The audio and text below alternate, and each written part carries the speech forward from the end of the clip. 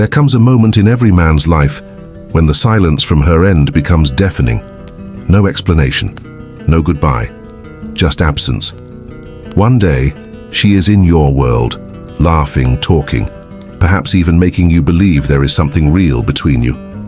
And then suddenly she's gone. She ghosts you, disappearing as though the connection never existed, or worse, she rejects you outright, delivering the cold blow with an air of finality, as if your worth could be measured, weighed, and found wanting in a single instant.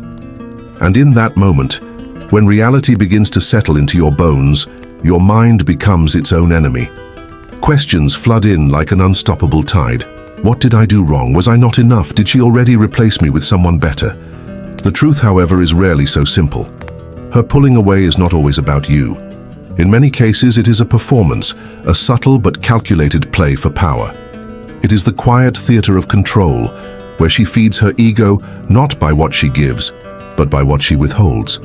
She leaves you in the shadows, certain you will stumble, certain you will reach for her, desperate for answers. It gives her a kind of satisfaction, the kind that convinces her she still matters more than you want her to believe. But what she doesn't expect is that you can choose not to play the role she's written for you. You can flip the script entirely. You can dismantle that carefully built pedestal she's standing on, not through rage, not through bitterness, but with the elegance and precision of someone who understands the psychology of control. This isn't about vengeance.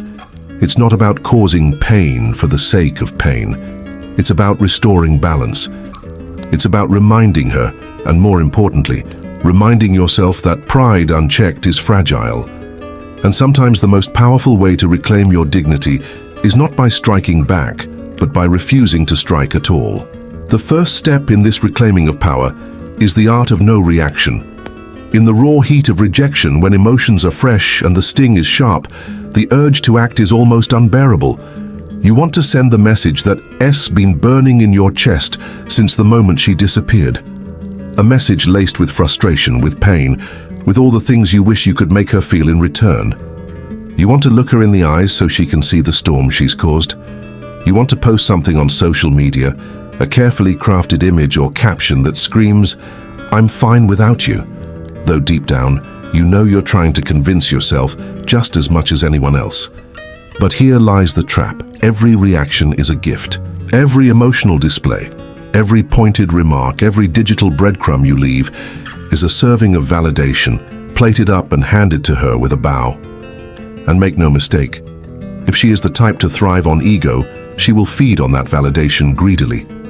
Instead, you take a different path. You choose silence, and silence is not emptiness. It is control in its purest form. It is the deliberate withholding of what she expects and craves. When you give her nothing, you deny her the victory of seeing you unravel. You transform yourself into something she cannot read, cannot predict, cannot conquer. And there is nothing more dangerous to the human ego than the unknown. This is when the subtler signs begin to surface, the moments you notice her name appearing in your story viewers, lingering there like a ghost watching from the shadows. She may pretend she's forgotten you, but people don't watch ghosts. She is wondering why you haven't chased her, why you aren't breaking down in the way she anticipated. That quiet wondering becomes the first crack in her certainty. And you do not rush to fill that silence. You let her curiosity fester, let it ache, let it grow into something she can't quite shake. If silence is the blade, then the red shirt method is the flash of steel in the sunlight, the brief, unforgettable glimpse that slices through her composure.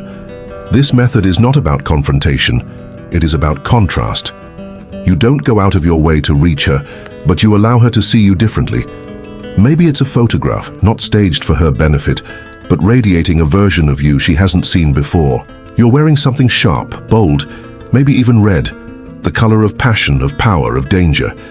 You're smiling in the warm light, surrounded by movement, by people, by a life that looks bigger and brighter than she remembers. Red demands attention without asking for it, and the effect is almost subconscious. She will stumble across that image, maybe through mutual friends, maybe by her own quiet searching, and it will plant a splinter in her mind. Was I wrong? Did I misjudge him? Did I lose something rare? She will not voice it, but she will feel it. and that feeling will linger uninvited in the corners of her thoughts. The third step is simple in theory, but brutal in practice. Never double text. In the modern world, where communication is instant and our attention spans are shorter than ever, the urge to follow up after being left unread is almost irresistible. You send the first message. No reply comes. The silence feels heavier with each passing hour, and then inevitably the temptation arrives. The thought that maybe she didn't see it, maybe she forgot, maybe one more try will change everything. But here's the truth. Every second message is a confession. It is a quiet admission that says, you have my attention, you have my focus, you have my power, and that is something you do not give away. When she doesn't respond, you let the quiet stay between you like a curtain that has fallen after the last act. You let her wonder if you've already walked away, if someone else is now in the space she once occupied. That wondering will not be comfortable for her. It will start as a whisper and grow into a gnawing doubt, and that doubt will eat at the walls she built around herself. Because even the strongest fortress crumbles when the foundation is shaken. Rejection and ghosting are not endings. They are mirrors. They show you the places where you gave away too much power, too quickly. And these steps, silence, contrast, control, are not just tactics. They are reminders of who you are when you stand without needing her validation. Master them, and you will no longer be the man asking, why did she leave? You will be the man she remembers in the quiet hours, the man whose absence speaks louder than any presence could. You will be the ghost in her mind that refuses to fade, balance restored, ego broken, power reclaimed.